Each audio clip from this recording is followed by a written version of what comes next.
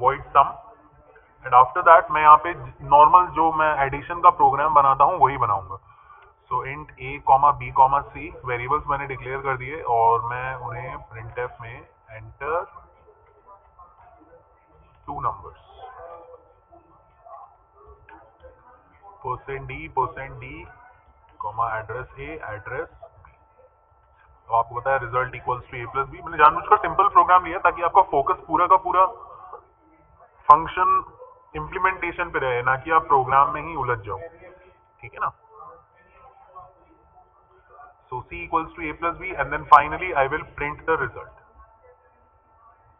Sum is %d and then c। ठीक है।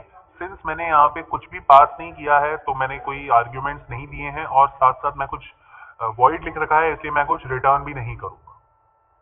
ठीक है। अब अगर मैं इसे रन करता हूं तो देखते हैं क्या होता है। As you can see, nothing is happening। कोई बताएगा क्यों? चैट में बताओ यार, अब तो चैट चालू है, क्या रह गया?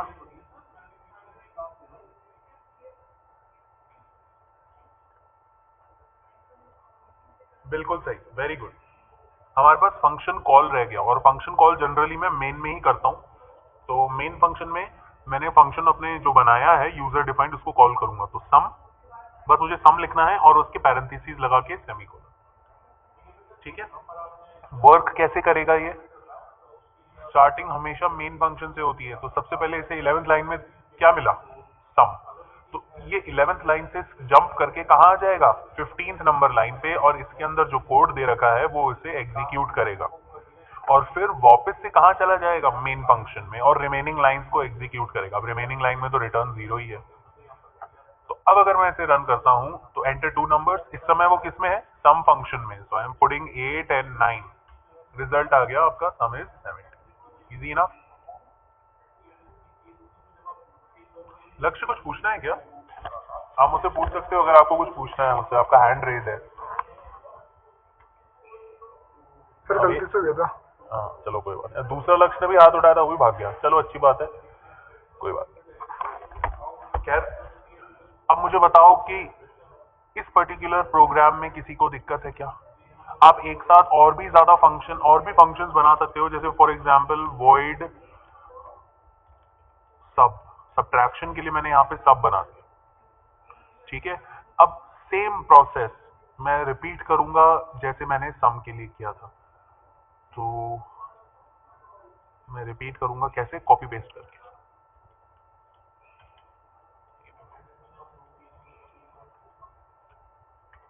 सब और a प्लस बी की जगह a माइनस बी। यहाँ पे एक और कंसेप्ट मैं आपको सिखाना चाहता हूँ, बताना चाहता हूँ।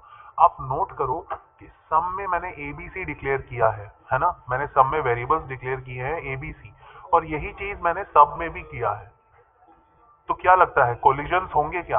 कंपाइलर ऐसे तो नहीं कहेगा ना यार ABC तो पहले ही डिक्लेयर कर दिया है, तो फिर यहाँ पे वापस से ABC 2 बार डिक्लेयर क्यों किया है? मैं इस फंक्शन को कॉल कर देता हूँ यहाँ पे सब। ठीक है। \n लगा देता हूँ, यहाँ पे सम की जगह सब कर देता हूँ। समझ रहे हो? मैंने आपसे सवाल पूछा है, मैंने एक छोटा सा क्वेश्चन पूछा, क्वेरी पूछी है कि सम के अंदर मैंने ABC डिक्लेयर किया है, उसे यूज किया है। सी के अंदर मैंने प्लस किया है। फिर सब्ट्रैक्ट जो SUB है दूसरा फंक्शन, उसके अंदर भी मैंने यही चीज रिपीट की है। तो सब क्या कंपाइलर ये तो नहीं बोलेगा ना कि ये सेम वेरिएबल्स आप क्यों यूज कर रहे हो, ये तो पहले ही डिक्लेयर है? या फिर सी में अगर a प्लस बी है तो सी में a माइनस बी कैसे आ सकता है? चलो इसका आंसर अपन को एग्जीक्यूट करेंगे तो पता चल जाएगा। और देखो एग्जीक्यूट करने में कोई प्रॉब्लम नहीं हुई। मैंने डाला 9 एंड देन 6, तो सम इज 15 आ गया। मुझे फिर से वो 2 नंबर्स मांग रहे हैं। So I am putting here 6 and 3 और सब्ट्रैक्शन 3 आ गया। बिल्कुल सही चिराग, कोई प्रॉब्लम नहीं हुई। और वो पता है क्यों नहीं हुई? Because A, B and C these are known as local variables। Local variables, और जो लोकल वेरिएबल्स होते हैं ना वो सिर्फ उनकी स्कोप, या मैं कहूँ एक तरह से उनका लाइफ टाइम जो होता है, you understand what life time is? General meaning वो उन्हीं के फंक्शन के ब्लॉक में होता है। जैसे मैंने यहाँ पे सम फंक्शन में एबीसी डिक्लेयर किए हैं ना, तो इनका लाइफ टाइम पता है क्या है? 18th नंबर लाइन से लेकर 25 नंबर लाइन तक इनका यही लाइफ टाइम है। इसके बाहर ये एग्जिस्ट ही नहीं करते। इसको आप ऐसे कंपेयर करो, आपकी क्लास में लेट्स से एक स्टूडेंट है चिराग, ठीक है, एक और क्लास है उसमें भी एक और स्टूडेंट है, उसका नाम भी वही है चिराग, ठीक है। अब तो अगर मैं पहली क्लास में जाके चिल्लाता हूं चिराग, तो कौन जवाब देगा मुझे? उस क्लास का स्टूडेंट ही जवाब देगा ना। दूसरी क्लास का स्टूडेंट थोड़ी दूर से चिल्लाएगा यस सर, ऐसा तो नहीं करेगा वो। मैंने जिस क्लास में जाके चिराग का नाम लिया, चिराग उसी क्लास का मुझे रिस्पॉन्ड करेगा। तो यहाँ पे भी यही हो रहा है। ये जो वेरिएबल्स हैं ए बी सी, इनका स्कोप इन्हीं के फंक्शन के अंदर है। तो जब मैंने सम कॉल किया तो एबीसी जो वेरिएबल्स क्रिएट हुए हैं, एबीसी जो वेरिएबल्स क्रिएट हुए हैं वो इन फंक्शन के अंदर ही क्रिएट हुए हैं और इसी सम फंक्शन के अंदर खत्म भी हो गए। जब मैंने सब कॉल किया तो फिर से एबीसी क्रिएट हुए हैं और इसी फंक्शन के अंदर खत्म भी हो गए। सिद्धार्थ, लोकल वेरिएबल्स वो वेरिएबल्स होते हैं जो एक फंक्शन तक लिमिटेड रहते हैं। जैसे यहाँ पे देखो, मैंने वॉइड सम फंक्शन बनाया है ना, इसके अंदर मैंने वेरिएबल्स लिए हैं ए बी और सी। तो आप देखो ये ए बी सी वेरिएबल जो है, इसका जो ये लोकल वेरिएबल है, बताऊं क्यों? क्योंकि ये अपने ही फंक्शन में विजिबल है। आपको हाईलाइटेड एरिया दिख रहा होगा, ठीक है। ये एबीसी इन्हीं फंक्शन जो हाईलाइटेड एरिया है इसी में ही एग्जिस्ट करते हैं, फ्रॉम लाइन 18 टू लाइन 25, इसलिए ये लोकल वेरिएबल्स है। उसी तरह से देखो, इसीलिए मुझे सब में इन्हें वापस लिखना पड़ रहा है, इसीलिए सब में इन्हें मुझे वापस लिखना पड़ रहा है। और जैसा कि अभी मुझे जितेंद्र ने ऑलरेडी बता दिया है, अगर इस चीज को मैं अवॉइड करना चाहता हूं तो मैं चाहूं तो एबीसी को ग्लोबल वेरिएबल बना सकता हूं। कौन से वेरिएबल? ग्लोबल। इसके लिए मुझे इन्हें फंक्शंस के बाहर डिक्लेयर करना पड़ेगा। जहां पे मैंने ये जो सम और सब लिखा है ना, यहां पे लिख सकता हूं इंट a, b, c। अब ये जो हो गए ना, ये ग्लोबल वेरिएबल हो गए। सिंस ये ग्लोबल वेरिएबल है इसलिए हर फंक्शन में एक्सेसिबल है। अगर सम इन ग्लोबल वेरिएबल्स की वैल्यू चेंज करता है तो सब जो फंक्शन है दूसरा वाला, उसमें भी वो चेंजेस रिफ्लेक्ट होंगे, ठीक है ना। समझ में आया आपको? तो दो तरह के वेरिएबल्स होते हैं अपने पास, ग्लोबल और लोकल।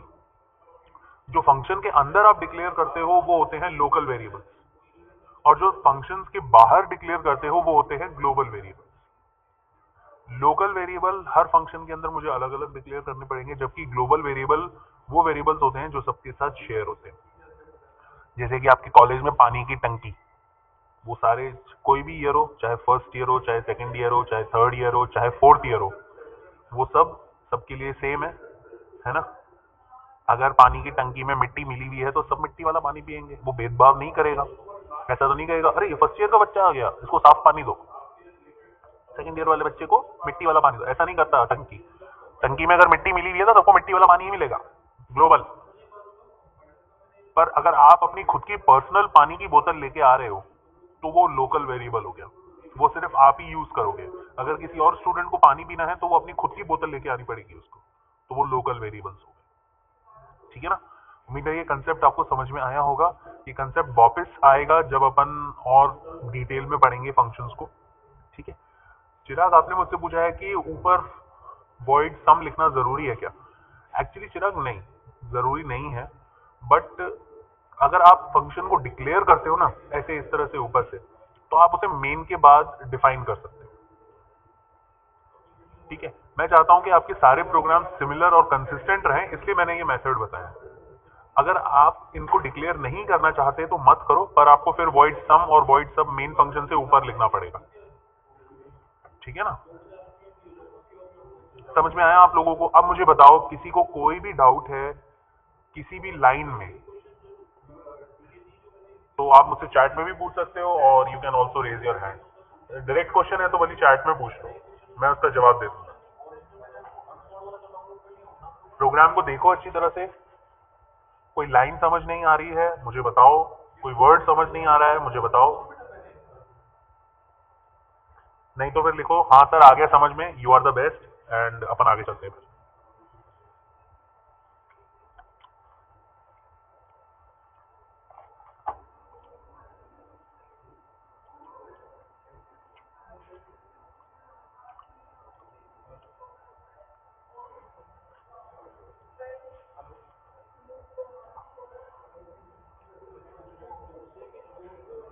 यश कल का लेक्चर अभी अपलोड नहीं हुआ है, मैंने भेजा नहीं है, मैं आज के लेक्चर के साथ भेजूंगा।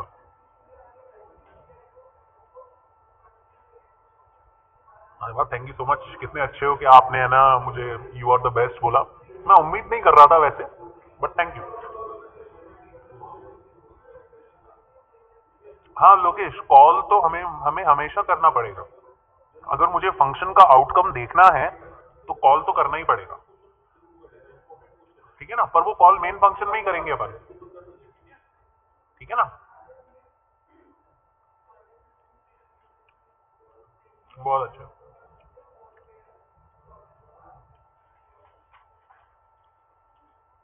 अरे वाह, खैर चलो, ये आपको फर्स्ट कैटेगरी, ये मेरी कौन सी कैटेगरी थी, first category, no return no arguments. अब मैं मूव ऑन करूंगा अपनी नेक्स्ट कैटेगरी में जिसमें मैं आर्ग्यूमेंट्स पास करूंगा, ठीक है। सो सिंपलिसिटी के लिए मैं वॉइड सब को कर देता हूं कमेंट, इसको देखने की जरूरत नहीं है, बाद में इसे फिर से इंट्रोड्यूस करूंगा।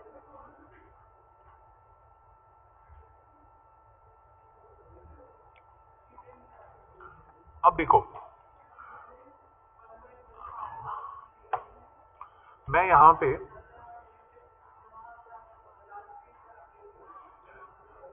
सम फंक्शन को आर्ग्यूमेंट्स पास करूंगा।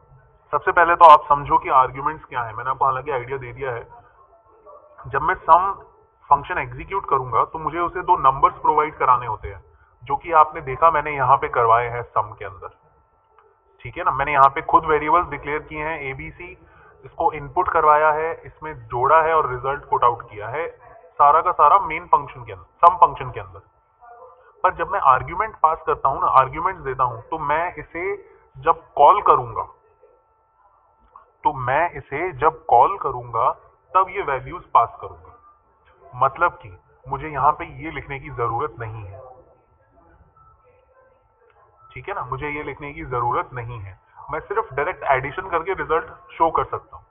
पर इसके लिए मुझे आर्ग्यूमेंट स्पेसिफाई करने पड़ेंगे, तो देखो कैसे होता है वो, नो रिटर्न और ये है विथ आर्ग्यूमेंट, तो सम, और यहां ब्रैकेट में मैं एक से ज्यादा, एक या एक से ज्यादा वैल्यूज पास कर सकता हूं, आर्ग्यूमेंट स्पेसिफाई कर सकता हूं। तो जब आप डिक्लेयर करोगे ना, ध्यान से देखना प्लीज, जब आप डिक्लेयर करोगे ना तो आप स्पेसिफाई करो कि उस जो वैल्यूज पास करोगे उनका डेटा टाइप क्या है। जैसे मैं देखो यहाँ पे इंट एक पास कर रहा हूं, कॉमा एक फ्लोट वैल्यू पास कर रहा हूं, दो वैल्यूज पास कर रहा हूं मैं इसमें, पहली वैल्यू होगी इंटीजर, दूसरी वैल्यू होगी फ्लोट। सिर्फ डेटा टाइप लिखना है आपको यहाँ पे, ठीक है ना।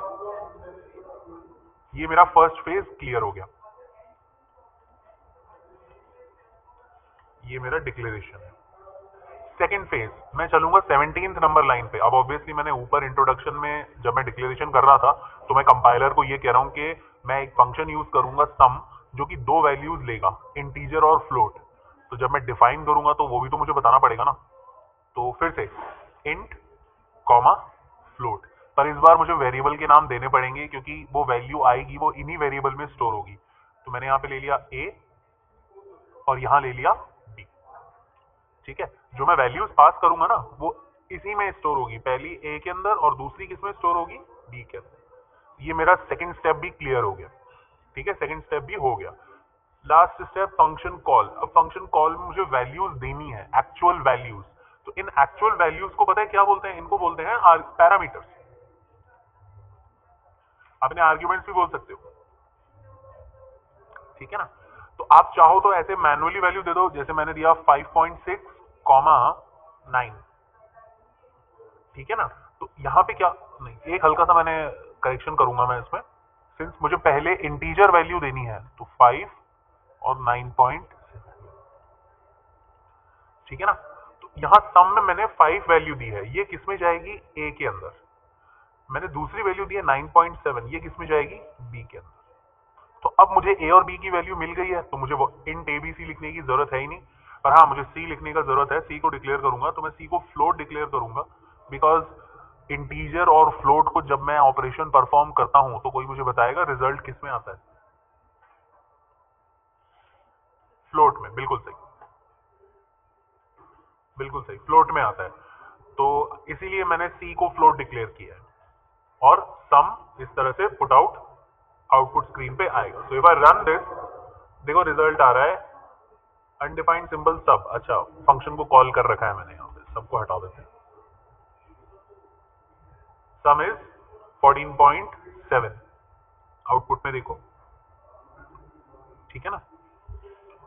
मैं चाहूं तो वैल्यूज इनपुट भी ले सकता हूं, जैसे कि यहां मैं फ्लोट ले लेता हूं a कॉमा नहीं फ्लोट b और इंट a, ठीक है। और इन्हें मैं इनपुट ले सकता हूं, एंटर 2 नंबर्स,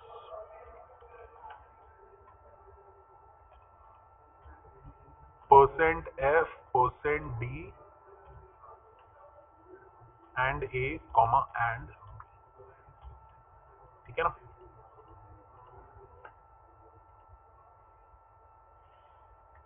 करेक्शन, ठीक है।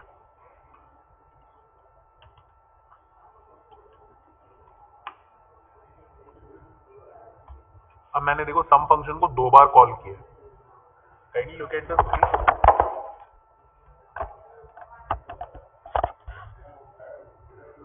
माइक गिरता है तो ऐसा लगता है पूरी क्लास गिर गई एक साथ। मैंने यहाँ पे एक वेरिएबल डिक्लेयर किया है a और फ्लोट वेरिएबल डिक्लेयर किया है b, उसको मैंने इनपुट ले लिया है और सम के अंदर देखो पास कर दिया। तो ऑब्वियसली मेरा जो सम फंक्शन है वो कितनी बार कॉल होगा? 2 बार कॉल हो रहा है। फर्स्ट केस में वो 5 और 9.7 a b में ले जा रहा है और दूसरे केस में वो a और b a b में ले जा रहा है। तो अगर मैं इसे रन करता हूं तो मुझसे 2 नंबर मांग रहा है वो a और b।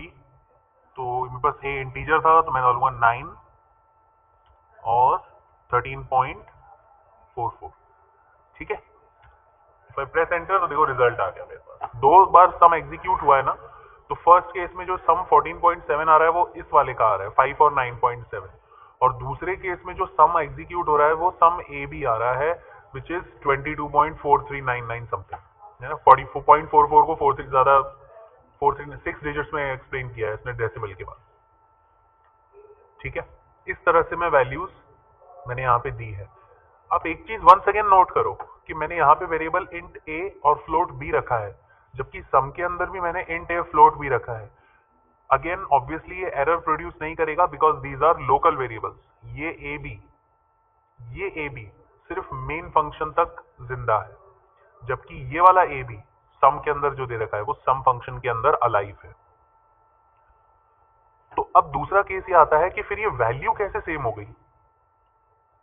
वैल्यू कैसे सेम होगी? देखो मैंने यहाँ पे a और b तो मैंने यहाँ इनपुट लिया था, है ना।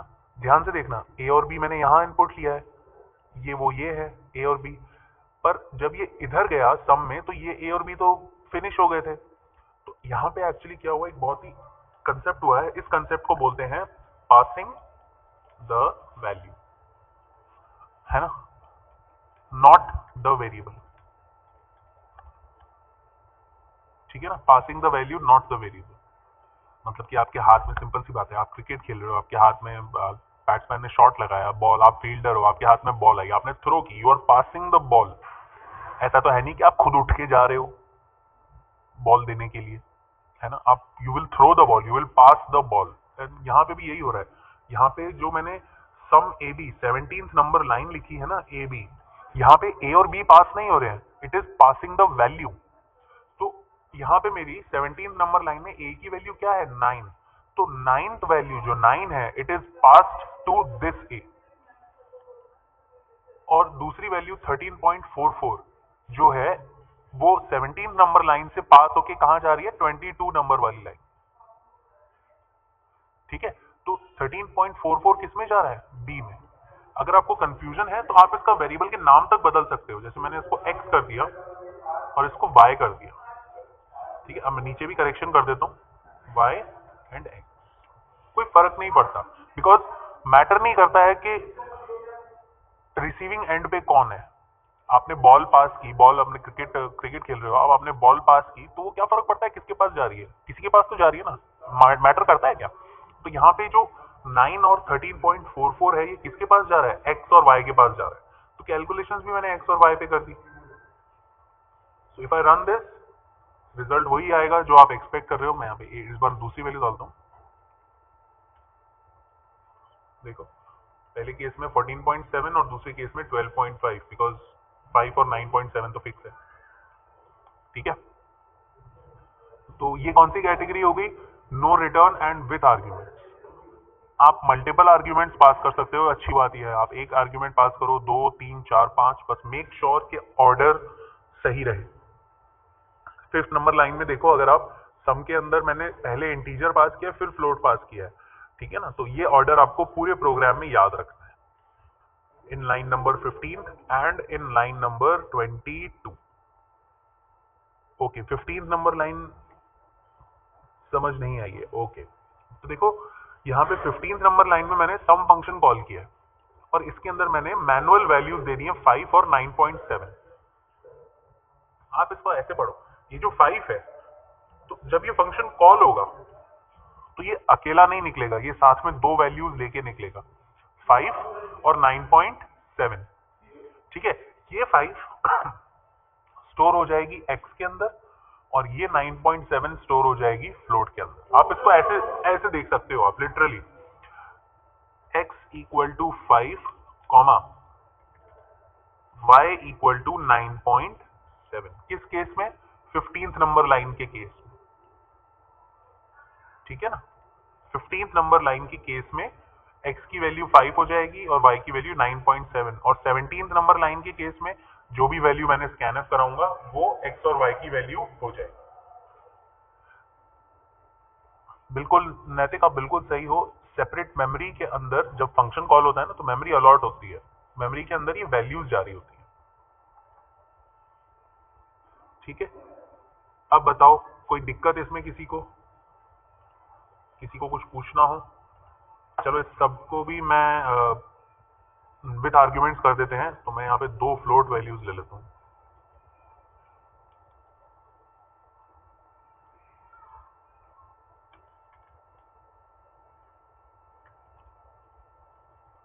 मुझे एबीसी की जरूरत नहीं है, एक्चुअली सी की तो जरूरत है, मुझे वेरिएबल की जरूरत है।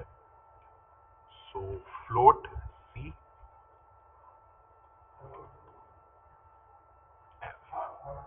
अच्छी बात यह है कि सिंस मैंने मेन फंक्शन में अपनी वैल्यूज डिसाइड कर रखी हैं, तो मुझे बार बार इनपुट लेने की जरूरत नहीं है। जैसे कि आपने देखा था प्रीवियस केस में, मैंने सम के अंदर भी स्कैनफ लिखा था, मैंने सब के अंदर भी स्कैनफ लिखा था, है ना, दोनों के अंदर मैंने स्कैनफ लिखा था। तो अब मुझे यहाँ पे बार बार स्कैनफ लिखने की जरूरत नहीं है, एक बार मैंने मेन फंक्शन के अंदर लिख दिया ना, बस हो गया, ए कॉमा बी।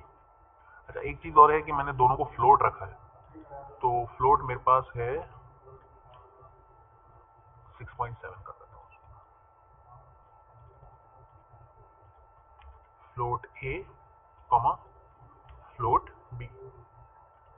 ठीक है,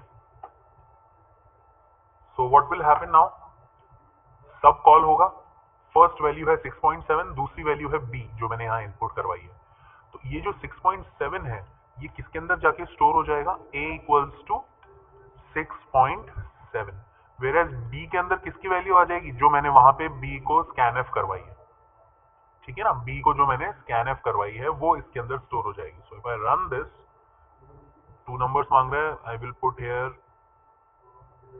5 एंड 3.4।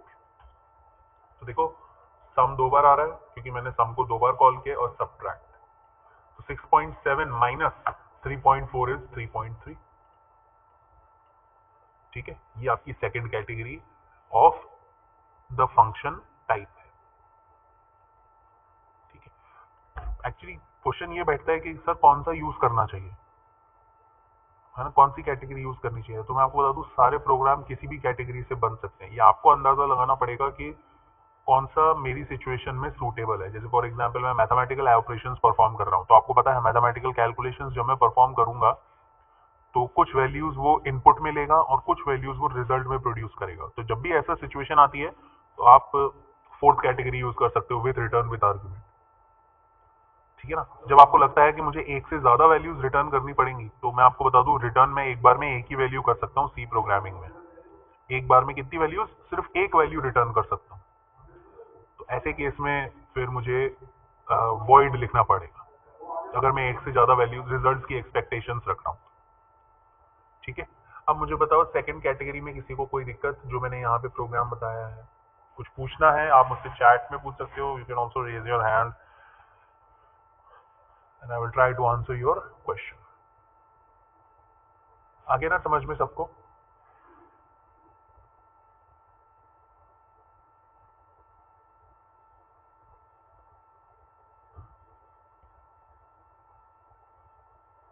फ्लो चार्ट से?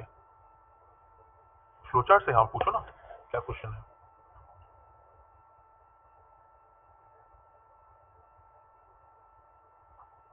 बिल्कुल पूछो।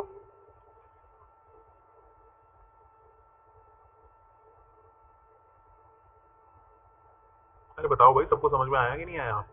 वो जब तक क्वेश्चन पूछे, यहाँ सो गए, 2 बजे गए।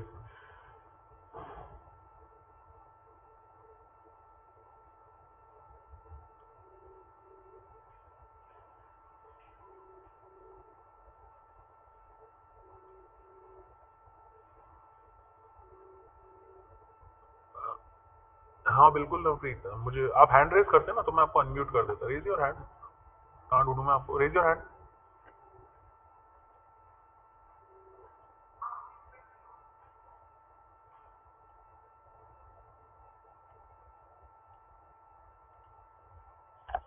ओके, हाँ पूछो। सर हम्म, सर जैसे कि मैंने वॉइड सम जो फंक्शन बना रखा है उसके अंदर जैसे हमने वेरिएबल पास करवाए हैं, लेकिन अंदर जाके मैं चेंज कर दूं x इक्वल टू कुछ रख दूं खुद ही, हाँ हाँ। तो वो जो चेंज होगा वो क्या ऊपर वाले वेरिएबल में भी चेंज आएगा? नहीं नहीं नहीं, मैंने आपको जैसा बताया ना, ये दोनों वेरिएबल्स हैं ही अलग। इसका जो लाइफ टाइम है वो अपने पर्टिकुलर फंक्शन में ही एग्जिस्ट करता है, वो बाहर नहीं एग्जिस्ट करता। तो आपने जब नई वैल्यूज दी ना तो वो उसने प्रीवियस वैल्यू को ओवरराइट कर देगा ज्यादा से ज्यादा, पर एग्जिस्टिंग वैल्यूज में कोई चेंज नहीं होंगे। ठीक है ना, एग्जिस्टिंग वैल्यूज में कभी तो चेंज सर नहीं वो होंगे। जब दो वैल्यूज लेकर आएगा तो अगर मैंने नीचे x की वैल्यू खुद ही दे दी हाँ तो वो x जो मैंने दी है वो यूज करेगा ना? हाँ, वो यूज करेगा, वो पुरानी वैल्यूज ओवरराइट हो जाएंगी, बट जो जहां से आई हैं उनमें कोई फर्क नहीं पड़ेगा। ठीक है ना? Yes sir. ठीक है, आया समझ में? ओके यस सर, आ गया, थैंक यू। हाँ नैतिक पूछो।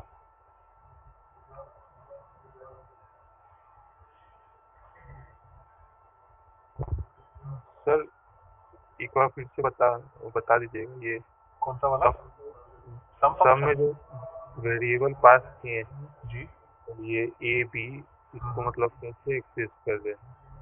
ठीक है, मैं बताता हूँ, एक तो हम मिनट। लोग को अपने ओके, तो देखो यहाँ पे क्या हो रहा है,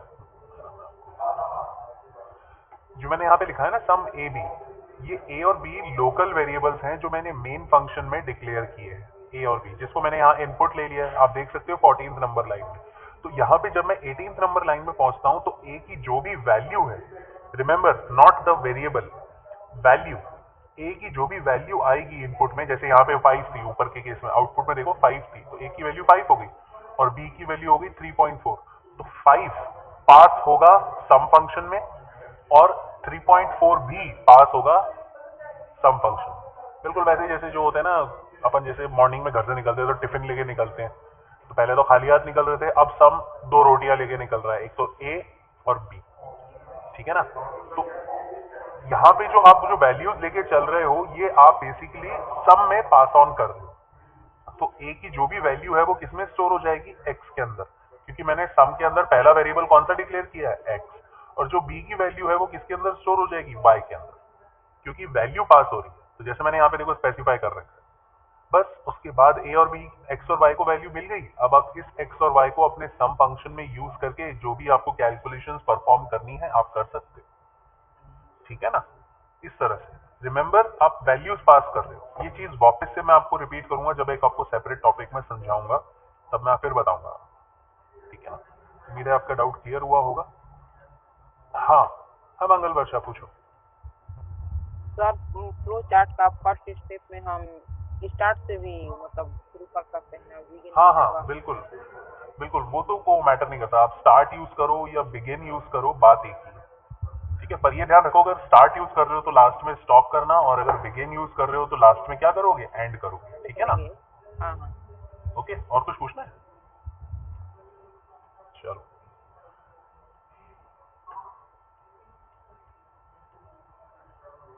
नैतिक आप हैंड रेस करो यार। अच्छा, आपने पूछा है क्या इन global variable access local variable. I think दोनों वेरिएबल्स हैं, वो एक वेरिएबल दूसरे वेरिएबल को एक्सेस कैसे करेगा? ठीक है, ये याद रखो कि लोकल वेरिएबल की वैल्यू हमेशा ओवरराइड करेगी ग्लोबल वेरिएबल को। ठीक है ना, ये याद रखो कि हाँ हाँ नैतिक यही पूछ रहे हो ना, global variable can access local variable, यही पूछ रहे हो ना?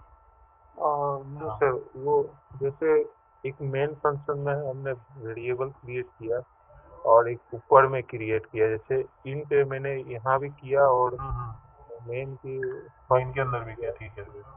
तो ये मेन कौन सा बात मानेगा? मेन अपने वाले वेरिएबल की बात मानेगा, लोकल वेरिएबल हमेशा लोकल वेरिएबल की बात मानेगा। ग्लोबल वेरिएबल तो बाहरी आदमी है ना, वो तो बाहर से आया है, उसकी कौन सुनता है।